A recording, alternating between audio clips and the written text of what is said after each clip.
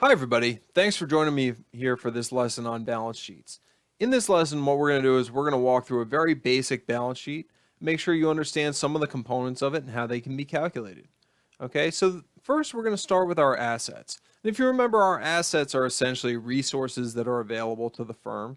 And we have current assets and long-term assets. Okay, and our current assets tend to be things that we have access to in a very short time period. So in this example, under our current assets, we have cash, which cash is pretty obvious what that is. That's our financial capital that's readily available. Okay. Then we have our accounts receivable. Accounts receivable constitute bills that we have given to our customers that are yet to be paid, but that we expect to be paid rather quickly. Okay, so we're expecting in this case our customers to pay $52,000 in back bills to us in a very short period of time. Then we have our inventory.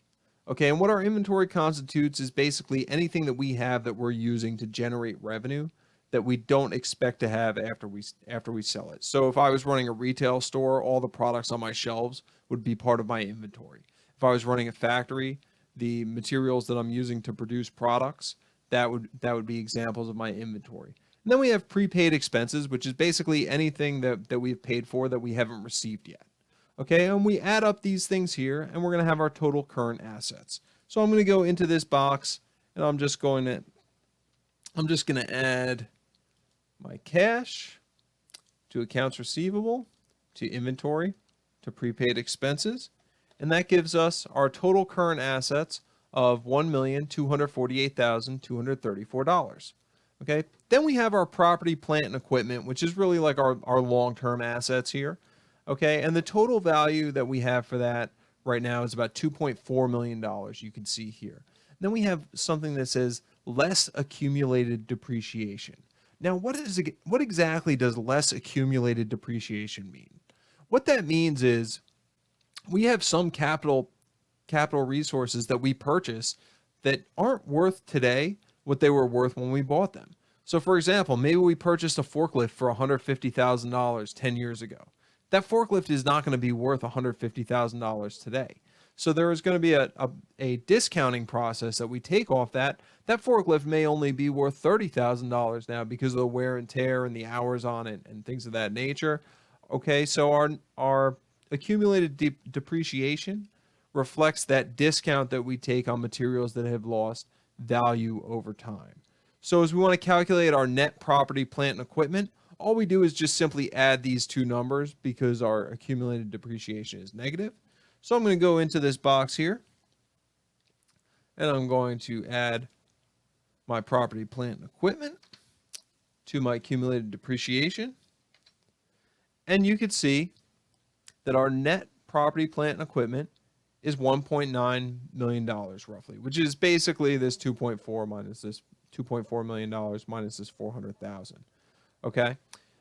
Then we have our other long-term assets of 5.5 million, and we're going to add them in here to get our total for our long-term assets or total plant, property, and equipment. It's going to be the 1.9 million plus our other long-term assets. And that gives us just over 7 million, about 7.5 million dollars. And we're going to take this and we're going to add it to our total current assets, and that is going to give us our total assets. So again, I'm going to go total current assets plus total plant, property, and equipment. And that gives us total assets of $8,752,295. Now we're going to move down and we're going to take a look at our liabilities here. Okay, and in this case, we start with our current liabilities. Okay, liabilities are, remember, liabilities are costs that are incurred to outside stakeholders aside from shareholders' equity. Okay, so our current liabilities are things that we have to pay in the very near-term future. So we start with accounts payable. Okay, so maybe we purchased some product and we haven't been paid for it, but we have bills for it. That's an example of accounts payable, and we have $685,000 in accounts payable here. Wages payable refers to work that our employees have done, but we haven't cut their paychecks yet. So for example, if you have a job, typically you work 2 weeks is part of a pay cycle.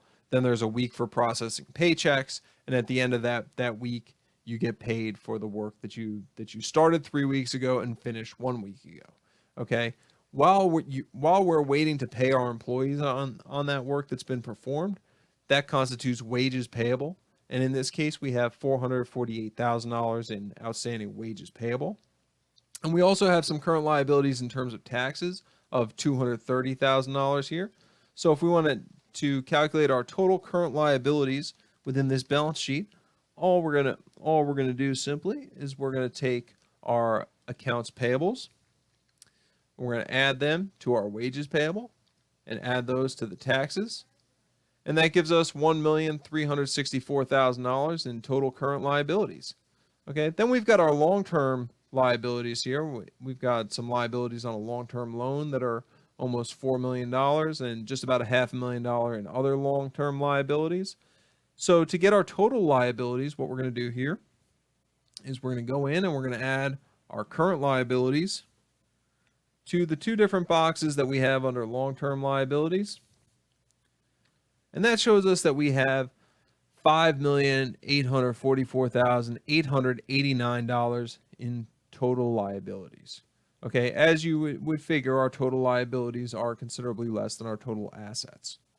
So the last section of our balance sheet here that we have to go through is the stockholders equity section.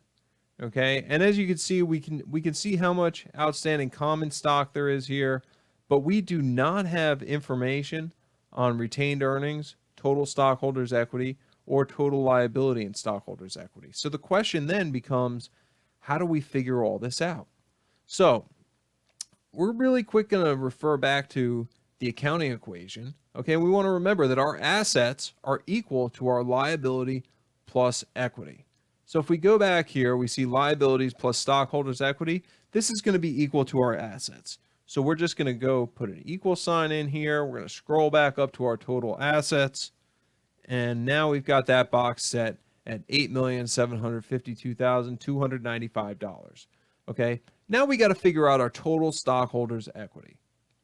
Okay, and as we look at total stockholders equity, we know that that is going to be our total liabilities in stockholders equity minus our liabilities. So we're just going to go into here and we're going to create a little equation where we're going to take that total liability in stockholders equity and we are going to subtract our total liabilities from it.